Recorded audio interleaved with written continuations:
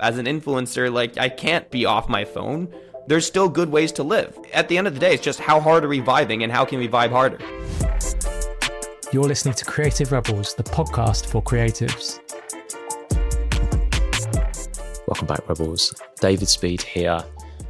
I've realised that I need to be honest about the very podcast that you are now listening to. This week's episode is very much about language and how we communicate, and I've realised that I haven't communicated what's going on with this show until now. So for full transparency, since bringing the show back, I have been self-funding everything. And what that looks like is getting everything produced and edited by Birdline Media, who are an incredible production house. That obviously comes with costs. So I have decided to give the show a year. And in that year, I'm going to try and break even. If I can break even within the year, then I will keep producing this show. And if not, then I will sadly have to say goodbye. Now, I mean, I think if you've listened to enough episodes, I think I'm just happy to have you here. Honestly, I feel like my mission is to help the world make more stuff. I think I've been put on this planet to encourage you to make things. Because really, when you boil the show down, that's the message, is just keep making stuff and you guys will be fine. And so instead of saying, can you please go to creativerebels.substack.com and pledge £5 a month to keep this show running, I'm not going to do that. Instead, I'm going to set you a challenge because we've had so many, over the years, we've had so many DMs that I've said, this podcast has changed my life. So I'm going to set a challenge that if at some point there's a click in your brain where you just go, that's it, that's the thing I need to do, that's one of the missing ingredients. And that click can come at any point, but you'll know if it clicks that it's because you've been repeatedly listening to episodes of this show, that all of a sudden something's fallen into place that is going to help and improve your creative career. If you get one of those clicks, that's the point when I'd love you to go to creativerebels.substack.com and pledge £5 a month to keep this show running and on the road. I think we've had such an incredible run of episodes recently. Thanks to everyone who got in touch about August Lamb's episode, The Girl with No Internet. Fascinating stuff. And I know a lot of you enjoyed it. And actually surprisingly more people than I expected leaning over to the side of, I hate the internet and I want to get rid of it.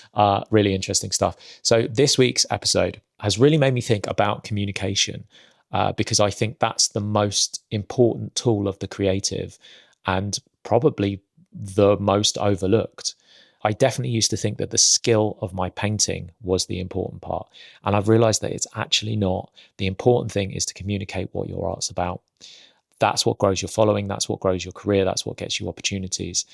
I've always said, like, the work that you make shines a beacon into the world.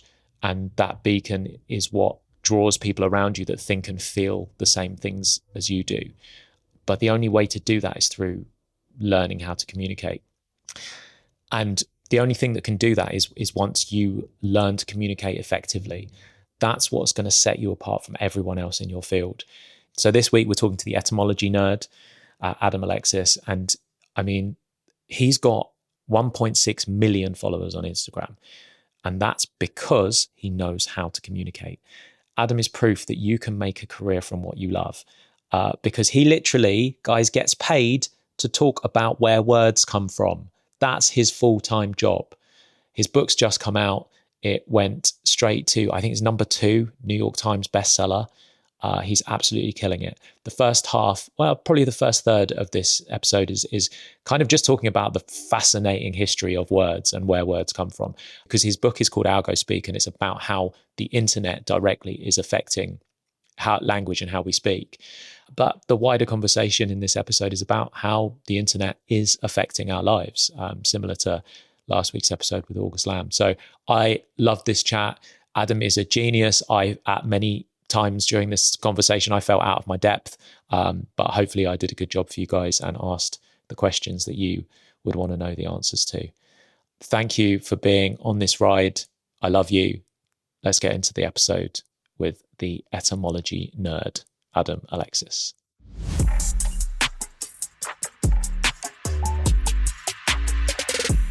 Adam, the first thing I would like to ask you is how long ago did you set up the Etymology Nerd blog?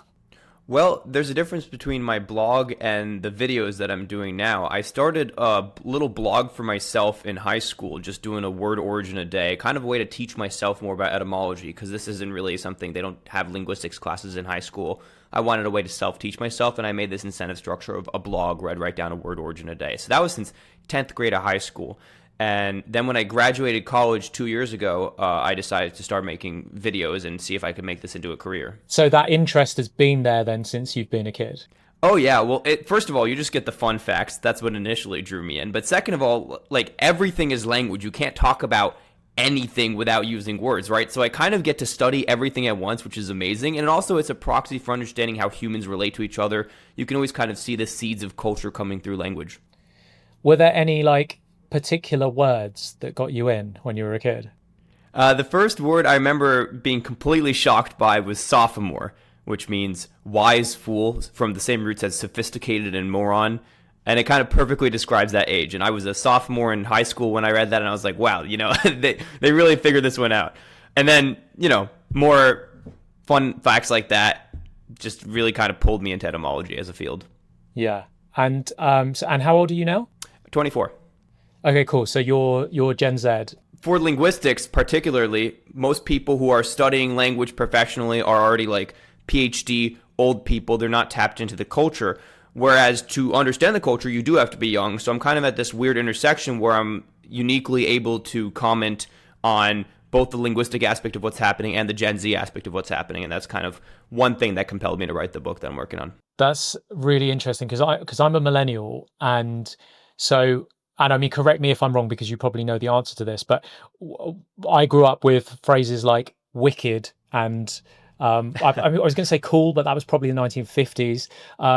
But I feel like very much our language was shaped by TV and like a lot of sitcoms and like Fresh Prince of Bel-Air and Saved by the Bell and things like that. We were seeing, especially in the UK, we're seeing the way that American kids are talking, and then we've got like kind of our own UK slang, but we also are adopting certain things from the States as well. But now, obviously, because of social media, everything is kind of global. Yeah, absolutely. There's definitely a homogenization and globalization of culture happening. Regional accents are dying out, and we're talking more online. So it makes sense that we're going to kind of broadly start speaking more similarly. I want to pick up on one thing that you said, which is that television was critical in popularizing words in the past, which is definitely true. Cool, which you said, that first started in the 1880s, 1870s, at least that's when it was first recorded in African American English. And then was popularized through jazz in the 1930s. There was like Miles Davis's Birth of the Cool. There was Charlie Parker's Cool Blues. And these sort of albums brought forth the word cool into the counterculture, originally connoting this sort of subversion and resistance to institutional oppression and a stoicism under those conditions. Then, because it was countercultural, it started being adopted by the beatniks and hipsters, and then it did become a full slang term in the 50s. And by the 70s, it was just a commercialized fashion aesthetic. And I like that as a proxy for all the words we're seeing today, because a lot of words also come from African American English. They also follow the conduits of popularity, but also they were popularized by mediums that work for those particular words. So cool was brought to us by first jazz. You have a lot of words that are popularized through television. I'm sure wicked was one of those.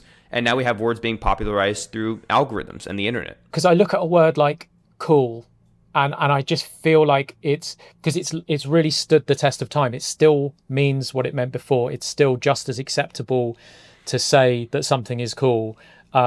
Whereas like if you said something was hip or groovy, then that wouldn't work. That's like aged really badly. But cool is like, it does every single word die, or are there some words that are always going to have like a longer lifespan? Well, in the end, all words will die. Languages will die. That's normal. Some words do have longer lifespans than other words, and that does sound intuitive, right? But let's unpack what's happening. Every word is also a meme being a trend or a fad. Right? At a certain point, the trend dies out, and when the meme dies out, the word dies out. Online especially, we can see this happening, where it's more obvious, right? A word like Riz or skibbity, those are clearly tied to memes, and as soon as your grandmother starts saying skibbity, you no longer want to say skibbity, so the word sort of is petering out now. There's still some kids in middle school saying skibbity, but it's on its way out because the meme is dying. Yeah. Meanwhile, other memes have more longevity. The word "the" is a meme that has an incredible lifespan and will probably be around for many more centuries, but it won't always be around. At a certain point, our accents and our dialects will drift away. Maybe we'll stop speaking English. Maybe we'll just die out. We'll stop saying the word "the." That's also, normal, but it's a meme with more longevity, and all words are memes in the sense that they have different lifespans, but when that meme dies out, the word is dying out too, the meme being a cultural idea or artifact in our heads. This is so interesting. I could literally just go through every single word in the dictionary and just get you to, because every time you say a word, I'm like, oh, well, tell me more about that. So then if we get, so you mentioned like words like riz, I think what I find is, and I always feel reluctant to sort of jump on these trends of like a delulu or a demure, or because it feels like everything is co-opted so quickly now because everyone is looking for the cool thing to jump onto, which then inherently makes it uncool. I mean, the thing with demure, I feel like that died so fast just because I think when brands started using it, and that's what's going to happen now because of the internet. Yeah. So when I said earlier about, if your grandmother starts saying skibbity, it becomes uncool, the brand equivalent is also true. There's a few brands like Duolingo that are usually on the forefront, but by the time, your underwear brand gets to the word demure, like, why am I getting this slang term, which is supposed to be organic and authentic feeling, from somebody who's trying to sell me something? That makes it feel uncool, so we move on. Now, demure is still being used at a higher rate than it was before. It still impacted our language. People will still jokingly refer back to the meme of the word demure. It's not completely dead. And there's other words that are more subtle, that aren't as obvious, like sticking out words. And that's another thing that'll make words fade faster. If they stick out a lot, then they're more tied to this cultural or comedic phenomenon. If a word is more low-key, like actually I just said, the word low-key there. It's a slang word that was popularized in the last 10 years. But it's not considered a meme or a fad, right? Low key is low key. And because of that, it's able to slip under our radar while still being, quote unquote, a slang word. You're right. So it's almost like you're cursed if the word becomes too popular. If it's too fun, then it gets overused and then that equals its death. Whereas if it's more low key, then it gets folded into us.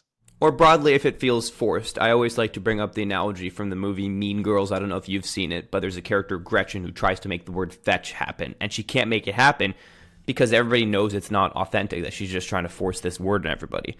That's how it feels with some of these social media slang words. That's why you might feel some resistance. Everybody has a little mental barrier. If you perceive that the word is coming from social media, your resistance might be turned on, right? But if you don't feel it coming from there, if it just slips under the radar, it's easier to adopt. It also doesn't go away as quickly because you don't feel a need to move away from the word low key just because brands are using it, because that's not a meme that you perceive by itself.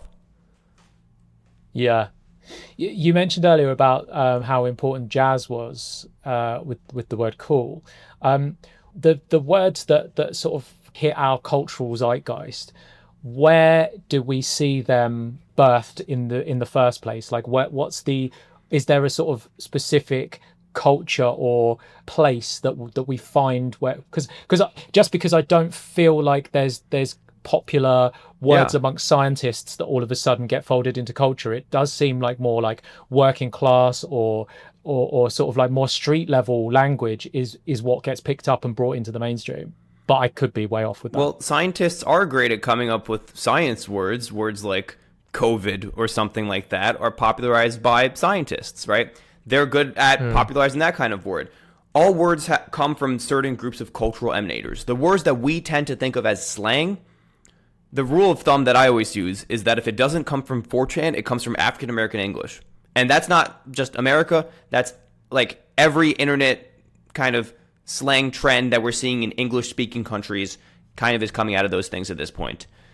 And the reasons for that is the same reason that the word cool traveled from 1880s West African-derived culture to the mainstream. It's because it followed the conduits of popularity. There's a perceived cultural value, a prestige to being counterculture, being against the grain. And in America, Black English is seen as that. And then people use it for this perceived cool value, and then it spreads, and then people forget where it comes from, but it still sounds like a cool word, so it'll be replicated. Otherwise, things can be replicated because they sound funny, right? So a lot of 4chan memes, first of all, the website is extremely prolific at coming up with new words. And then they popularize them as memes. They spread because they sound funny. So we as humans, fundamentally, we're the same as we've always been. We're going to rely on things that are funny or catchy, and that's what makes language spread. Have you looked into that? There's a website, I'm not sure if it's Reddit or it might even be 4chan, where there's a group of people who have made their own language, and you're not allowed to explain what something means, and they have all amongst themselves developed this original language. You might have heard that downstream from me. I did a video on Viosa. It's a con pigeon created in a Discord server where, they come from a lot of different backgrounds. There's some Japanese and fascinating stuff happening with micro languages. And this is another reason why I tell people not to worry too much. We do see regional accents dying out. They were dying out before the internet. The internet is accelerating that trend.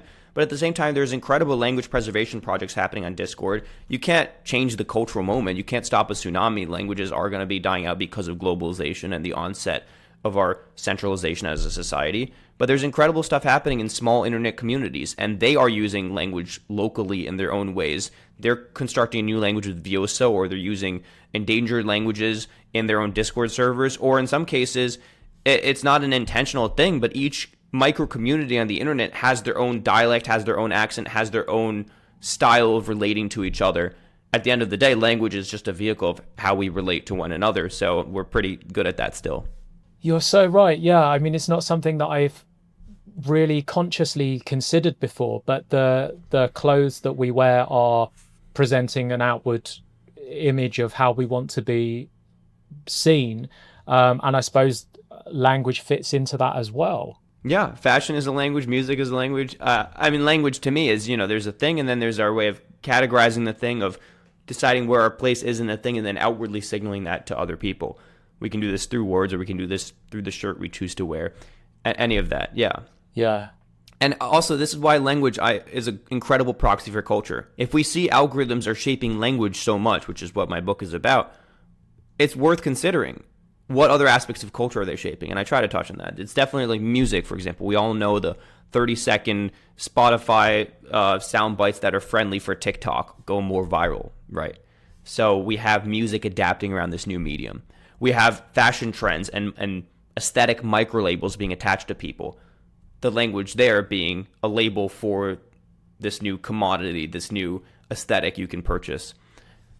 All of this, all aspects of culture are being impacted by algorithms right now. Yeah, and I suppose for better or for worse, it's last week we spoke to August Lamb on the podcast who doesn't have the internet at all.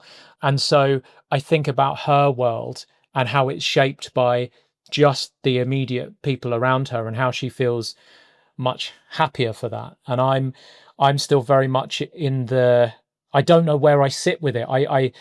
I love the fact that I'm able to make a living because of the internet, and that my art has spread literally across the globe, and I've been able to have amazing opportunities, and I've got paintings in different cities across the world simply because definitely because of the internet.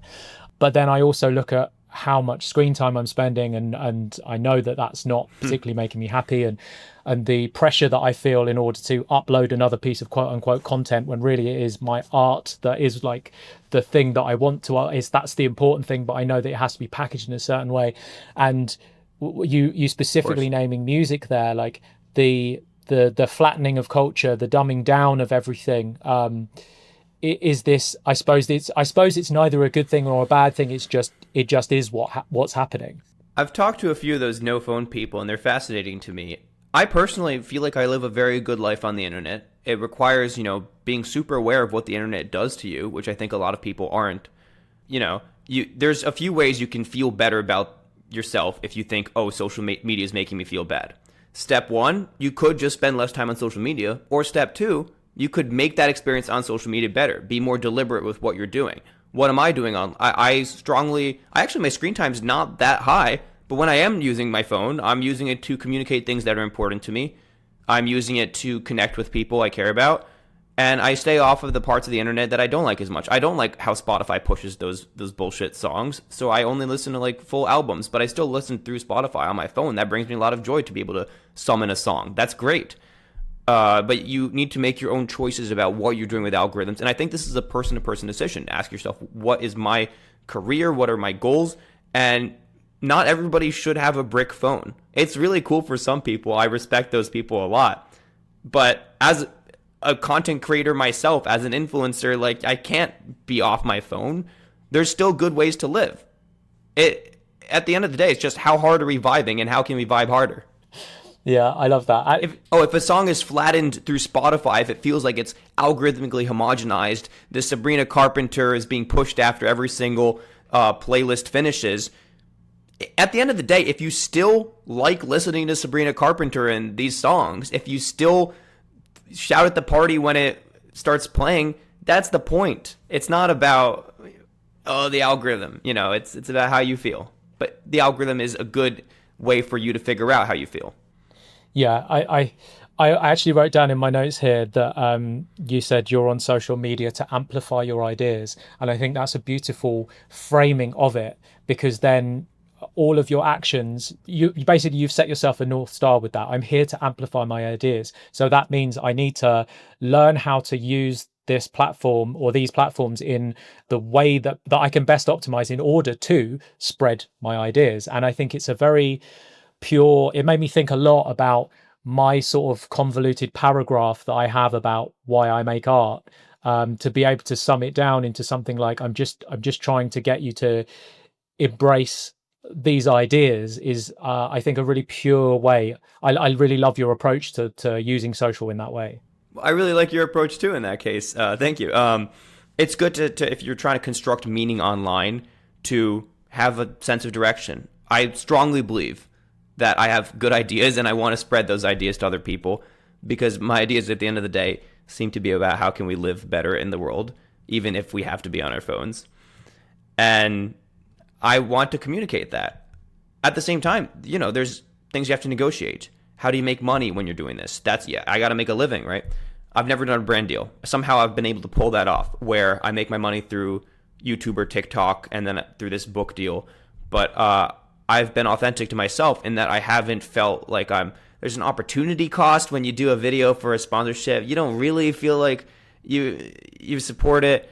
I've 100% supported every video I've made because it's just a video I wanted to make. And that's helped me feel better about what I'm doing. Yeah, it really is the sort of utopia, I think, of a creative career. I screenshotted Emma Gannon wrote something on Substack recently that she'd been approached by a brand for a lot of money, but she quickly said no because she just doesn't need to, because she has enough sort of paid subscribers on Substack to support her. And I really love that. I mean, I've definitely done brand deals, and I always advocate for creatives. Like, if you need to do a brand deal, then take the money. Like, I totally understand and I get it. But if we can have these careers where like we're not beholden to doing these brand deals, I think that's what I'm shooting for. I think it's probably the place that most creatives are shooting for, is you can because then it's just about the work and the ideas and the spreading and the sharing of those ideas. Well, and Substack's fantastic. In my research on algorithms, and I really try to touch on the negative aspects in my book, I talk a lot about how they're essentially commodifying our attention to cram more and more ads in. They're constantly shitifying in that they're making the user experience worse so they can profit off of us more. These are things we should definitely be aware of. Also, creators don't have any control over their audience. Substack does allow you to have that. I personally try to use my short form videos as a way to funnel people toward my long form ideas, first on Substack, then in my book. Yeah, I there's definitely like the other side to Substack, because I always talk really sort of positively about Substack on this show. But I know someone recently who lost their entire all of their subscribers, and it was an absolute nightmare. So they're any of these platforms are going to have their plus or negative. So I don't want to go too far into Definitely, step one to being a content creator is don't trust the platforms. I regularly download my list of Substack subscribers because I don't trust them, right? But at least I have now this spreadsheet with 60,000 emails in it, because that's control over your audience. And what I said about enshittification earlier, enshittification is a process everybody should be aware of, where first platforms try to make the experience as good as possible for the users to get the users locked in. Then they make it as good as possible for businesses. Once all the users are there, they make it as good as possible for the businesses so they can sell to the users. Once both the users and the businesses are locked in, they make the experience worse for everybody and make it the best for the shareholders. And then everybody's user experience gets worse. That's a process I'm sure all the viewers here can relate to, because it's something we've all seen. It happened with Facebook, it happened with Instagram, it happened with BeReal, it happened with every single app you can think of, eventually enshittifies.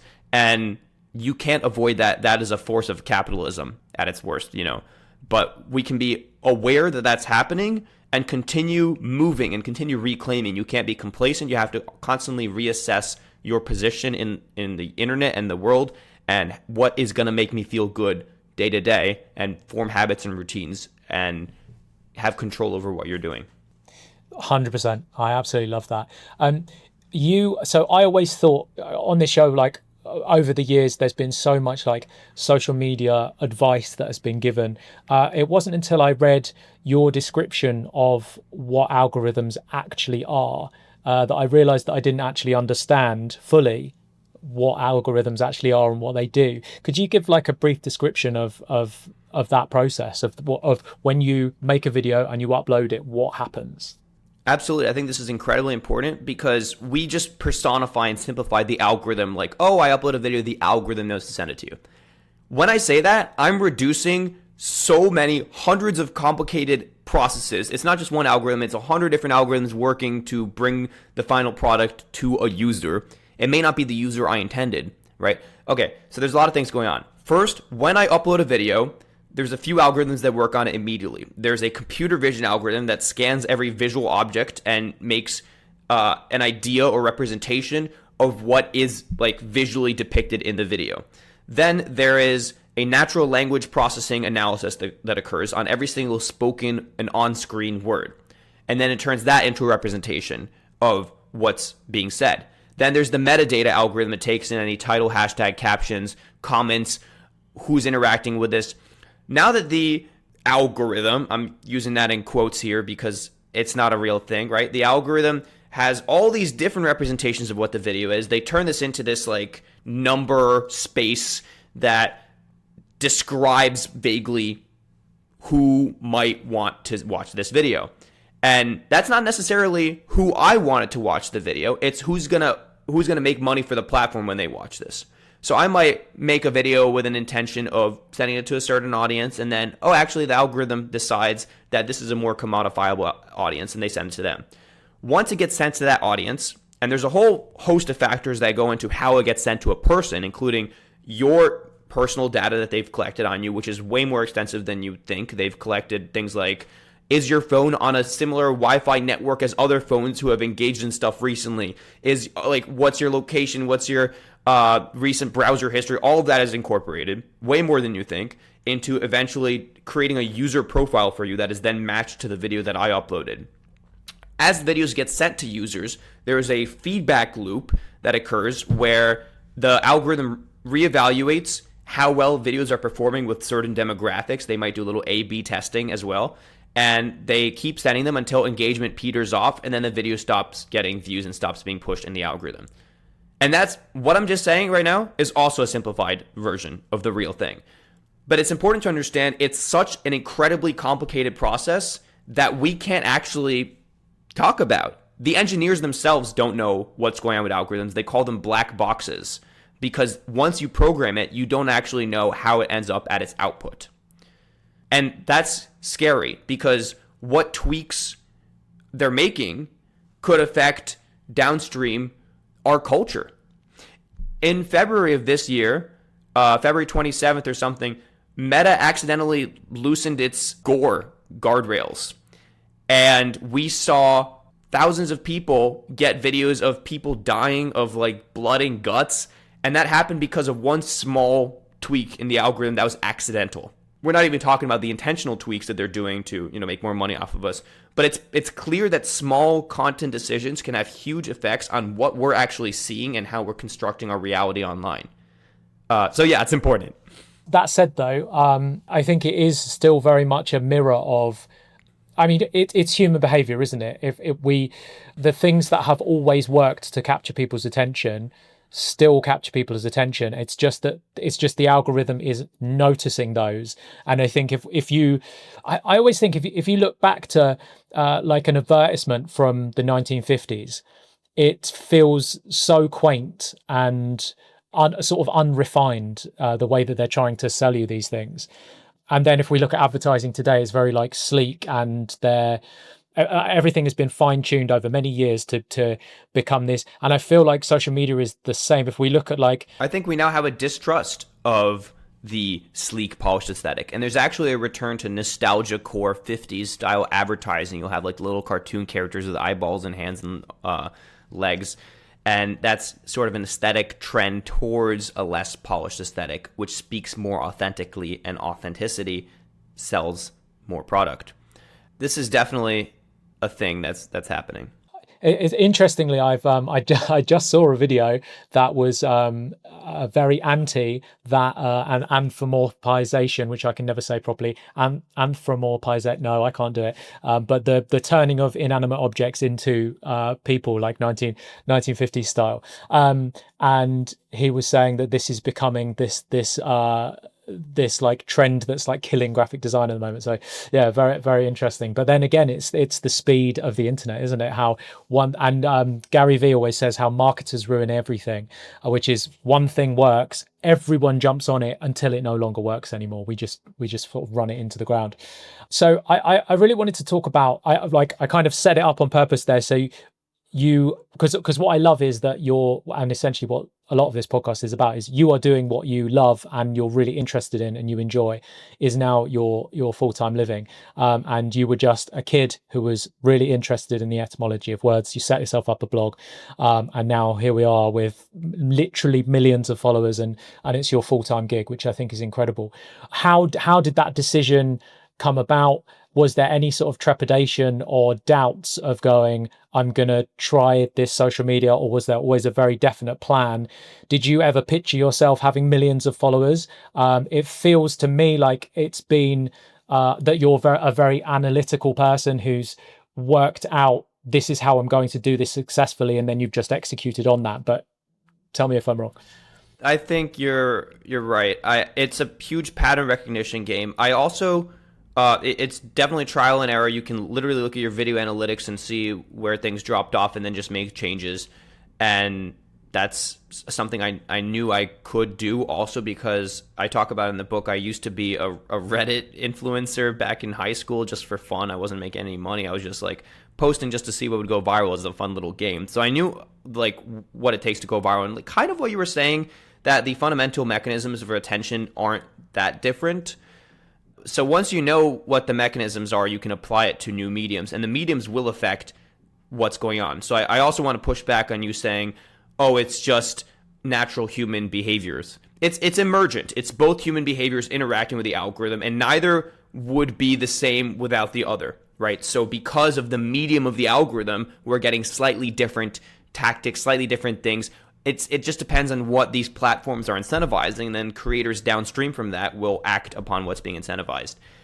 So yes, as a creator myself, I have identified platform trends. I think I'm extremely analytical with it. I said when I was graduating, I want to be a linguistics influencer to my friends. They kind of laughed, and then it happened. I think you can sort of play the game of let's do pattern recognition and go more viral. So you literally sort of plan, like you set out to turn social media into your full-time gig. That was the plan. Yeah, well, the plan, changed along the way. I didn't know I'd be writing a book, but as soon as I started, it's hard to be both a linguist and a content creator online and look at other videos, and you see everything bleeding through. You see how censorship is affecting language. You see these tactics that people are using for virality, and I couldn't unsee it, and I really began to understand how algorithms are shaping every aspect of our language and culture, and I felt compelled to write a book about that. So I didn't ever see myself writing this book until it started happening. And a lot of this profession is you are just making it up as you're going along. Like I said, continuously reassessing what the situation is and what decision you should make in that situation, keeping your eggs in a lot of baskets, not trusting any platform, including Substack. Be very skeptical of the internet, but engaging actively in it, and I think you can make a good career happen with it. Yeah.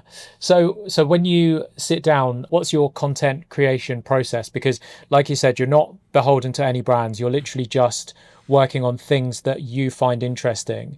Are you looking for sort of particular things that are of very current interest, or is it just literally just things that pique your interest? Yeah, well, I'm looking for new things. There's a lot of videos already out there on the internet about surface level linguistic stuff. I'm trying to apply, old concepts to new ideas and present new theses and actually do original research. Sometimes I will just report on old things, but I try to present new angles that people haven't seen before. I take a lot of pride in kind of having a really weird range of content that you don't normally see.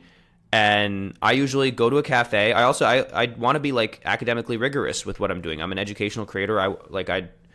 Everybody makes mistakes occasionally. You'll have some misinformation accidentally, but you got to keep moving and make sure you're being as authentic as possible. So I go to a cafe. I read research papers for 2 to 3 hours every single day and see where that goes. How can I apply this? And I write out a script. I film my videos. The whole process might take 4 or 5 hours for a single 1-minute video that ends up on your For You page. That's the process. Yeah, people don't really see that side of things, and I've noticed on your TikToks you speak really fast, which is obviously, I'm sure that like helps with retention and things like that. Did you do that from the beginning, or was that something that you developed along the way? No, I mean, I am naturally sort of a fast speaker. Obviously, I exaggerate that online and I stress more words to grab your attention. Now, this is a podcast medium. We have access to a longer form style of attention. People might be doing something in the background, cooking or driving or something while they're listening to this. So it's not exactly the same either. But yeah, I think very deliberately about each step when I'm scripting, like how is this word more compelling than another word I could be using? Stuff like that. You have to be extremely intentional. Yeah, it's something about the podcast that sort of frustrates me slightly, is that I mean it's my favorite form of media, and I think that you can help so many people with podcasts, and I think they've certainly had a massive impact in my life, and I think that people learn best through stories, and there's no better way than telling a story through social media. But then my editor sort of sends me clips that she's clipped out from the podcast, and I think unless you are sitting with a group of friends and working out together, like let's do a clip that goes viral on social media, like I don't think there'll be any quote unquote viral clips that come out of our conversation. But I do think at the end of an hour we will have a really it will be an excellent podcast episode. So I sort of have this frustration between like I would love to have all these viral clips, but I feel like it's a different process to do that, right, and manufacture those. I think so. That's why my short form process is so different than my long form writing process, and I just use that as a mechanism for driving people to this other thing. So to write a book at 24, that is a big achievement. What was the process around writing the book, and also did the publisher approach you, or did you sort of have a manuscript and then go and shop it out to people?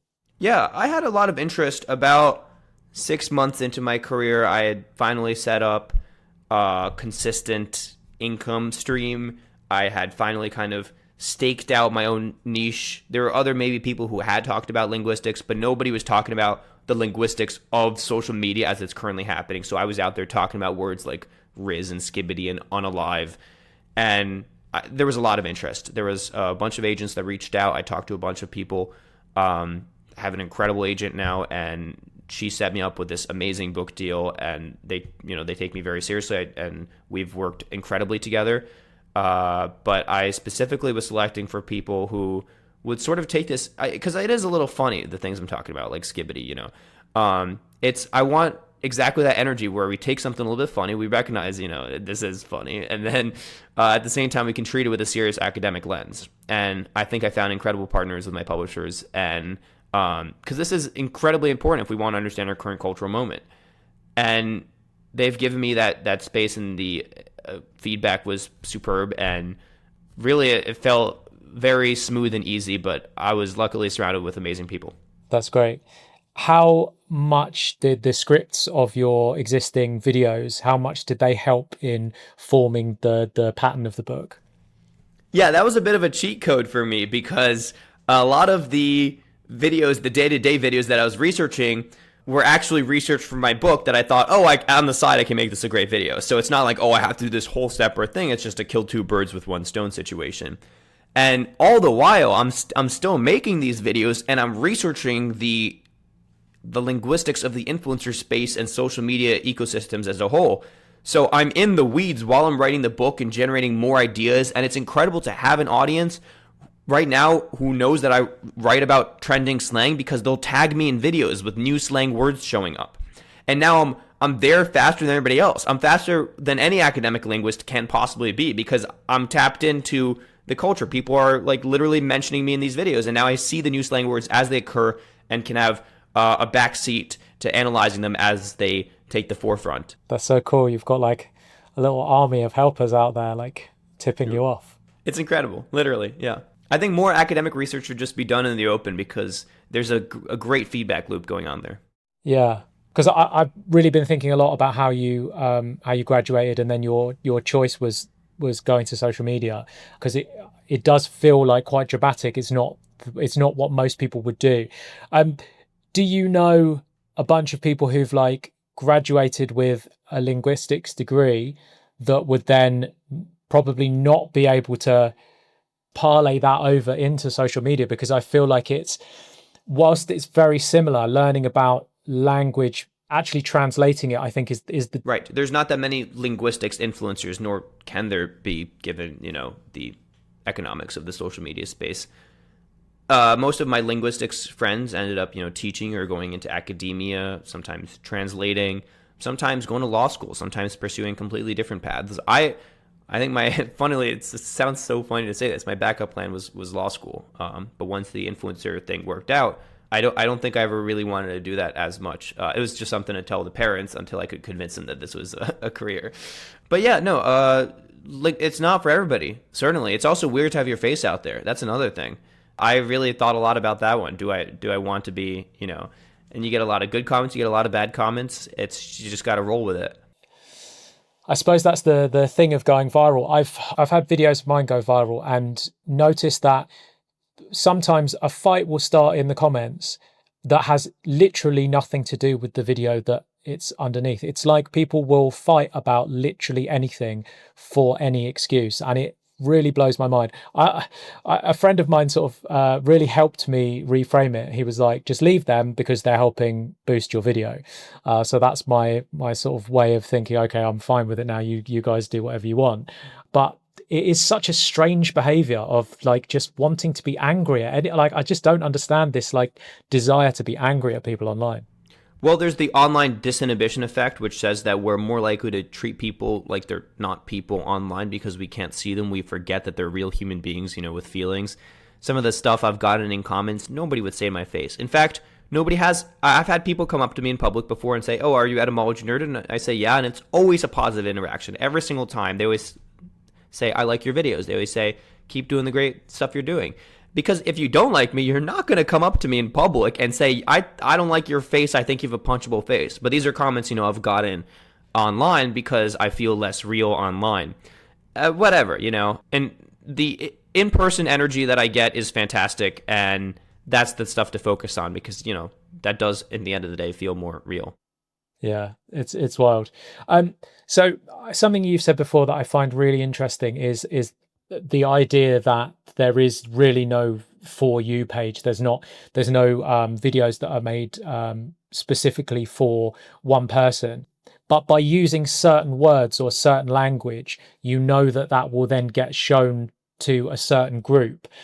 Is there any example? First of all, do you have a target audience? Or is your target audience literally like anyone from 10 years old to 70 years old who is interested in the things you're talking about? Or do you have like more of a polished idea of who you're making your videos for? Well, I'll say I have an idea of who my audience is, and I do somewhat accommodate my communication for that. I know it's like, I don't know, people between ages of 18 and 30, usually college educated, stuff like that. No, I don't make the videos for them at all. I make the video for myself because for me, I'm doing these little research projects for myself every single day. I then frame them in a way that will work for the algorithm, but I still keep the idea for myself. So for me, it's my own personal satisfaction. At the end of the day, if the video flops, I already got some fulfillment out of it because I learned something amazing. And then I make the video in a way that I think will go viral in the algorithm and also get me money and also get me views and followers. So that's kind of the strategy there. And then I don't think about individual, people, which is another misconception when we build parasocial relationships, when we think that the For You page is for you. I would say most influencers probably aren't thinking about individual people. They're thinking about how the algorithm is going to amplify their videos. So there's a huge disconnect that we're not even speaking to another person, we're speaking to the algorithm. Yeah, I think you've really sort of helped me.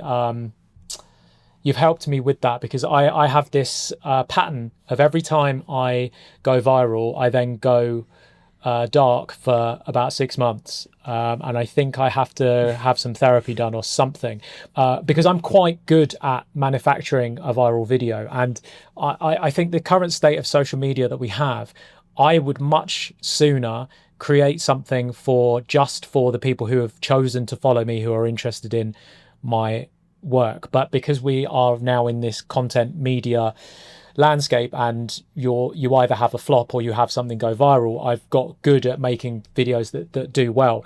And I think there's something about the amount of eyeballs on me that then gives me stage fright, that I then don't show up for the next 6 months. And I think certainly the sharing your ideas ethos that you have has really helped me in hopefully I'm gonna, because I haven't made a video in a while because my last one went super viral, so hopefully I'm gonna be back and like sharing my ideas. This is how I'm gonna reframe it. Yeah, well, that is another aspect of what I was saying. That, like, even though I make the video for myself, I think this is a cool idea. I want to get it out there. I send it into the void. Again, not thinking about a direct audience, but a goal that I also want to emphasize is I'm here because I think more people should be thinking these cool thoughts. Also, awareness of linguistics almost always translates, in my opinion, to like being a better person. I feel like that it's hard to understand like all these like cultural trends and not start to be more sensitive towards like what's going on in society, start to like, be more thoughtful and deliberate.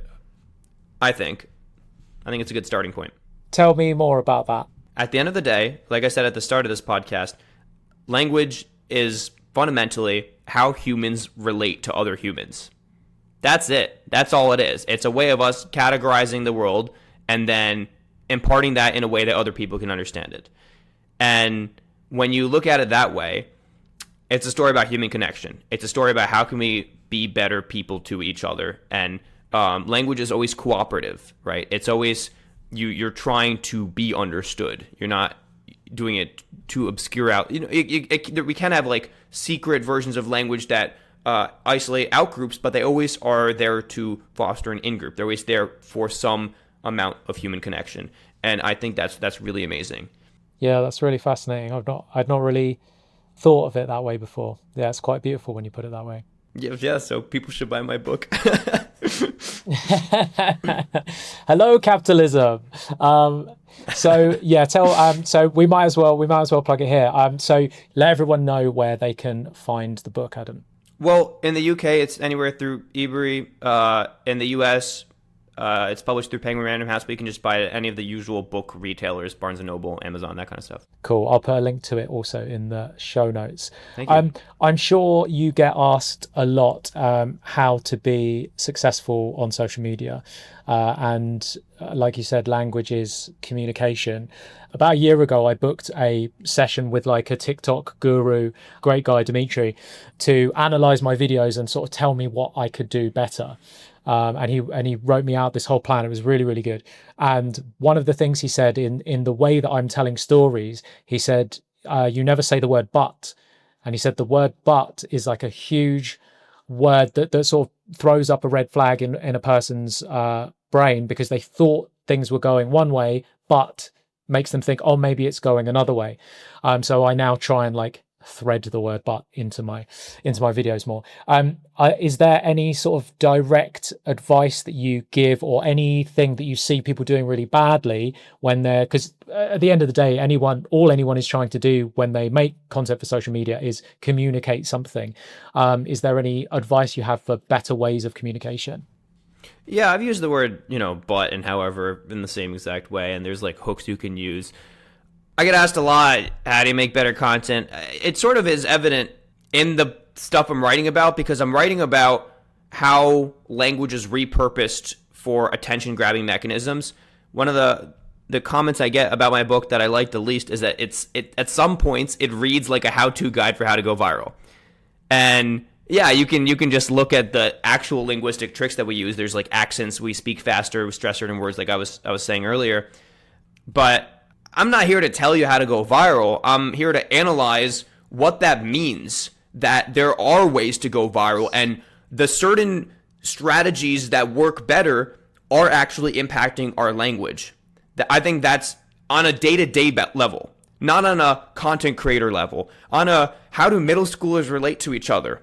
They're saying the word skibbity. They're saying tung tung tung sahur. They're saying, stuff like that. Internet memes, because they're being popularized through these trends, because influencers are using trending language because they know that's more likely to go viral. They're speaking in influencer accents as soon as they start talking online, simply because that's what they see, and they replicate that because that's their version of reality. So more than how to go viral, this is how we're all speaking. I think that's much more important. Dude, you may hate it that people say that, but I think you just sold a lot more books. Well, at least I'm spreading the ideas. Exactly, you're spreading the ideas. Adam, it's been great to talk to you today. Thank you so much for coming on the show. It's been a lot of fun to be on here. Thank you. And can you let everyone know where they can find you, your social media handles and all that? Etymology Nerd on social media. The book is Algo-speak. My name's Adam Aleksic. Thanks for listening. Do you know someone who would benefit from listening to this episode? If you do, share it with them. This podcast literally wouldn't exist if it weren't for the paid subscribers over at creativerebels.substack.com and for the team at Joy Collective.